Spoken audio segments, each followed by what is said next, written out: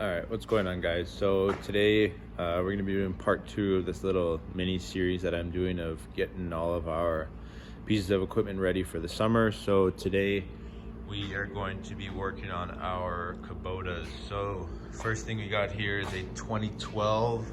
It's a Z726X with a 60-inch deck. This one has 1,697 hours on it. And next machine here is our 2016 Kubota Z724X. We have a bagger system on it, and this machine here has 845 hours on it. So what we like to do at the start of the year on these things is we like to do an oil change and change the fuel filters on them and just do a general look over on them and see what's going on. So down here in the back of the machine, you can take this plate off here. It's just 2 bolts on the top and 2 on the bottom, and then kind of in the back here you guys can see right there, that's your oil drain. You got your filter there, and then your fill plugs up here. The parts that we will be using today is our Kawasaki 10W40 with zinc, as well as, once again, same as our other machines, is the 1/4-inch universal fuel filters. And the oil filters for these 2 machines are, the part number is 49065-0724. So yeah, I'm gonna get you guys set up and we'll get to servicing these machines. All right, guys, so we're at the back of the machine now. First thing, like I said, we got to take this plate off. So it's just, I got my little stubby impact here from Milwaukee with a 12mm socket on it, and we'll just take the bolts off. 2 on the top and 2 in the bottom here. And just slide this plate right out. I'll readjust you guys so you can see a little bit better.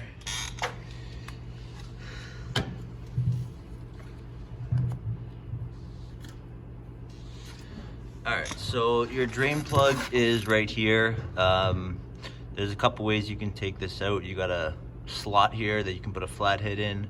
You have a hex on the inside, or you have a 10mm on the outside of it that you can put on. But what I like to do is I have a T40 Torx here. I like to stick that inside the middle of it into the hex slot, and then with my 10mm wrench, then I go on the outside, and you're able to spin it off, because if you don't do it like this, the plastic is pretty flexible, so sometimes it's a little bit of a pain to get it.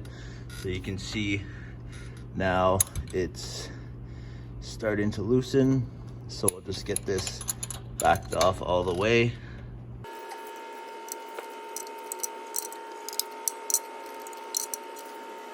The plug undone, so you guys can see it right in the back there. The oil is draining out, so we'll just take the plug off of the fill tube to help it drain a little bit faster. Let some air in, and next thing we got to do is the oil filter. So we got our filter pliers, so it's tight.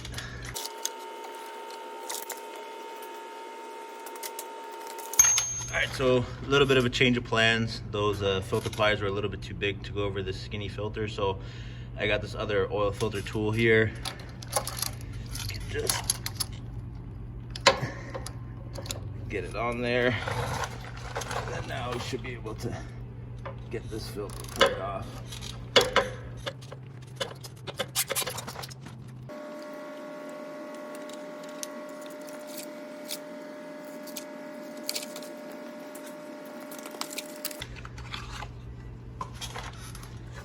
All right, so we got our new oil filter here. Just take a little bit of old oil and just rub it on the seal to help lubricate it. That might be why that other one was so tight to get off, is that maybe last time I did it, I forgot to lubricate the seal. So make sure we do that this time. Before we put it on, we can kind of just give it a quick wipe in here. It's a little bit easier to clean it out when the oil filter's not on. So give that a quick wipe, make sure there's no gunk inside there. And we'll just spin the new filter on.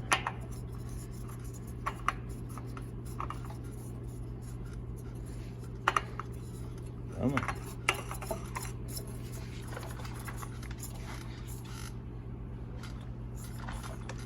Should be good.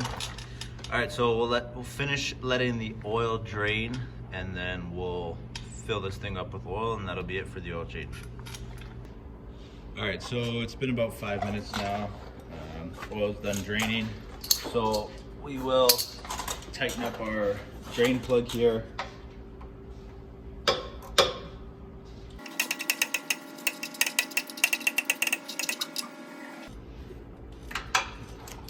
So you just want to make sure you don't over tighten this drain plug, because it is just plastic, so it will crack if you do send it too tight. So just get it snug, and then that's about it.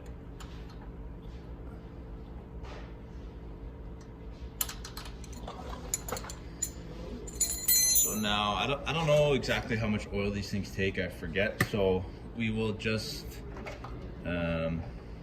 put about, I'd say, a bottle and a half. So maybe a quart and a half of oil in this thing, and then we'll double check the level and top it up as needed.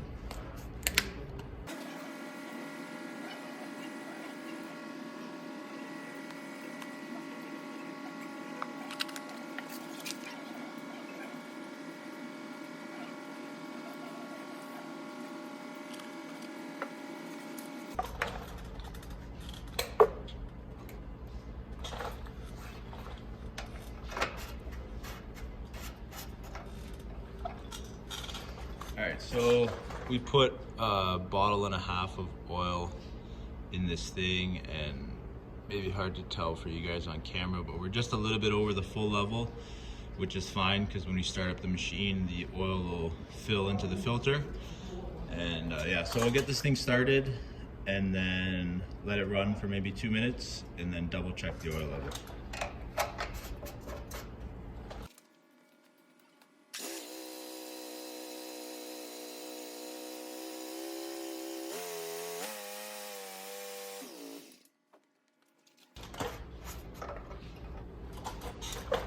Just wipe off whatever's on the dipstick the first time you take it out after starting the engine.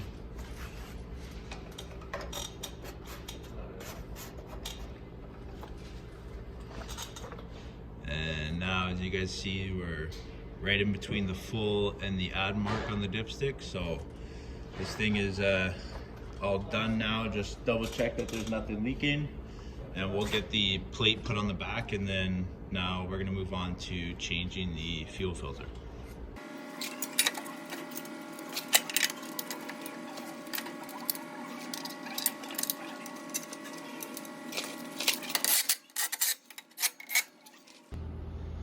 All right, so next thing we're gonna change here is the fuel filter. So first thing we'll do is lift the seat out of the way.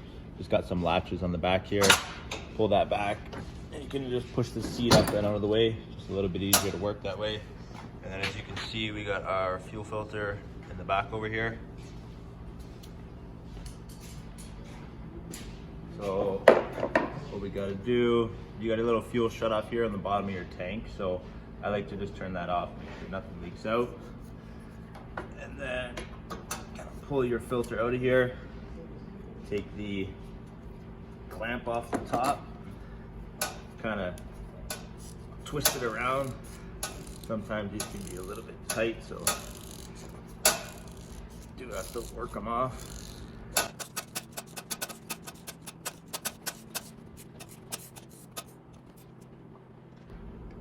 Just gonna go grab a rag here just to don't make a mess everywhere.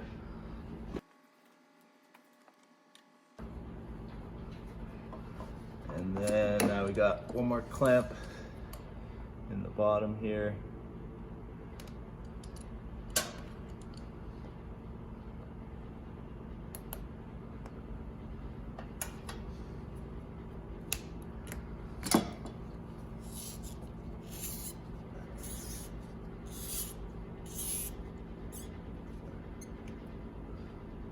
it also helps to plug the hole in the bottom of the fuel filter so you don't spill fuel everywhere.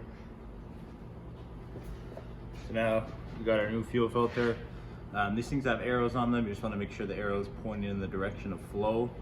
So fuel comes out of the tank, goes into the engine. So we'll get our line that's connected to the tank and put the arrow pointing up. Slide it in.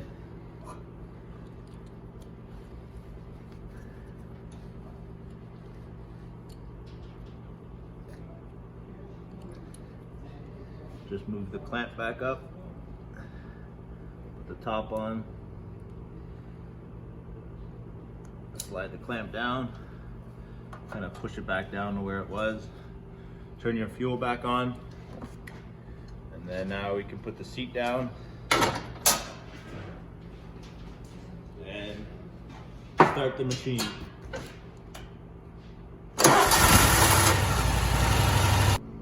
Alright, so we started up the machine and we let it run for a little bit. And let's put the seat back up here so I can show you guys something. You can see in there we do have fuel in the filter now.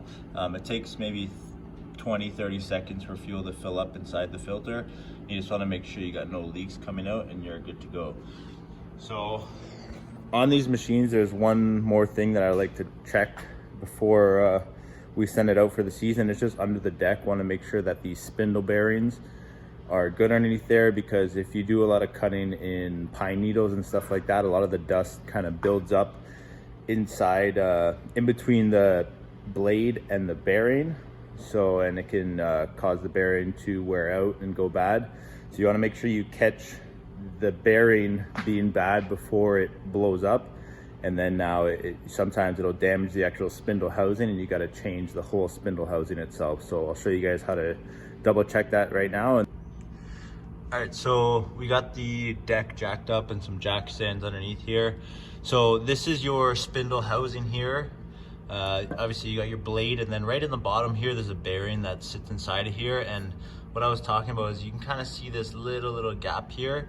A bunch of the pine needles and pine dust will build up in between here, and it'll start to get inside the bearing, and it'll give you problems. So how you check these is you can just grab your blade and just try and wiggle them up and down.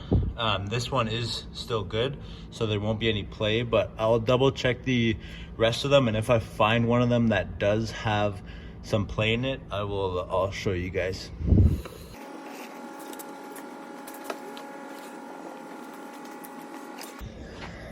All right, so all those blades under there were fine. There's no play in any of the bearings. So this machine is pretty much good to go. Just to recap, we did the oil change as well as the oil filter. We did the fuel filter, and we just double checked the bearings underneath our deck there. So I'm going to pretty much do the same process on our 48-inch Kubota over here. And if I find anything special that I got to show you guys, I'll come back to you guys.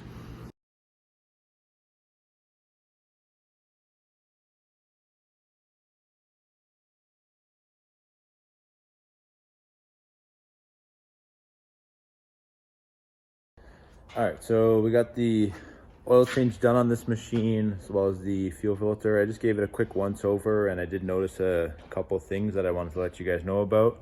So first thing, it looks like we have a minor oil leak going on this machine. As you can see, all the dirt and stuff back here kind of looks like it's, see if I can grab a piece here to show you guys. So it's dirt, and the reason it's sticking is probably because there's a little bit of an oil leak. So what I'll do is I'll clean this thing off really nice, and throughout the season, once these guys start using it, I'll just double check and kind of try and figure out where it is, because trying to figure it out now it'll be too difficult when there's just dirt and stuff everywhere. The other thing that I noticed is that inside here, our primary air filter is pretty dusty. You can see all the dust that comes out of there. So we'll get a new one of these. Our secondary filter inside there looks pretty good, so we'll leave that one alone. And then the last thing, these guys towards the fall, when they were doing cleanups with this machine last year, they were having trouble starting it in the mornings when the temperature dropped a little bit, as well as we had to boost it when we were bringing it out of storage. So I will get a new battery for this thing. So I got to run to the supplier, get the air filter and a new battery for this thing, and then I'll catch back up with you guys when we have that and get that stuff installed. All right, so we just got back from our supplier. We like to use Kui Brothers here in Toronto. They're located Weston Road and 401, and they got a whole bunch of stuff in stock. So definitely, if you're looking for some Kubota parts, I recommend checking them out. They usually got what you need in stock that same day. So here we got the air filter that we're gonna put in this Kubota. So open it up. Just throw that in the back here. Put our cover back on.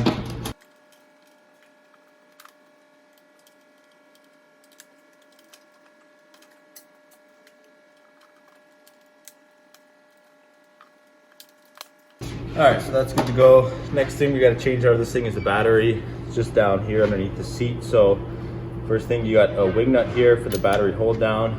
Just take that off. And then the hold down will get off once we get the battery cables out. So it's just positive and negative, super easy. Make sure you don't lose your bolts. And next one, the positive.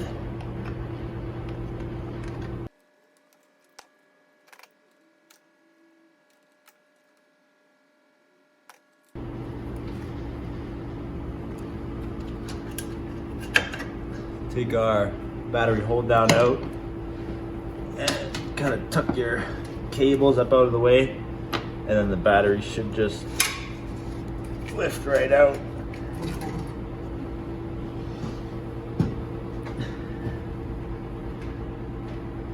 And the battery I'm going to be putting in is just one that we had sitting on the shelf. It came out of one of the machines that we scrapped, but it's still good. So we'll put this one in.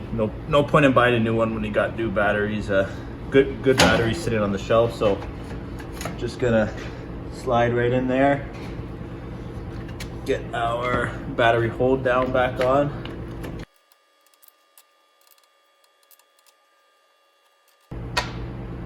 All right, so the hold down's back on.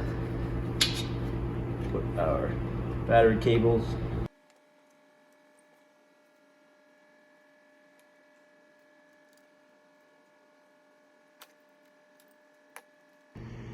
All right, so we got the new / old battery installed there. You can see our new fuel filter, and we got our air filter cover back on with the new primary air filter there.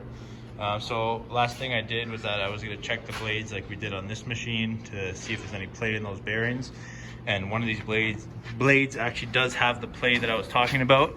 So hopefully I can get under here, show you guys what I'm talking about. So as you can see here, the housing's all cracked and broken, and you can see how much play is in this blade here.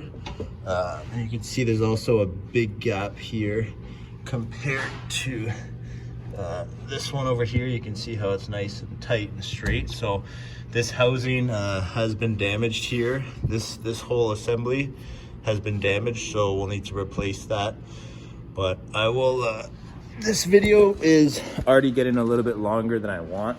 So what we'll do is I'm gonna make a separate video on how to replace the spindle bearing and spindle on these Kubota decks. But yeah, it's gonna be it for this video. So we got our Kubotas all done. If you guys haven't seen it, check out part 1 where we service all of our right 32-inch mowers. And I'm probably gonna do one more part servicing a walker, a bigger right machine, and then as well as all of our push mowers. So look forward to that coming soon. But yeah, hope you guys enjoyed, and I'll see you on the next one.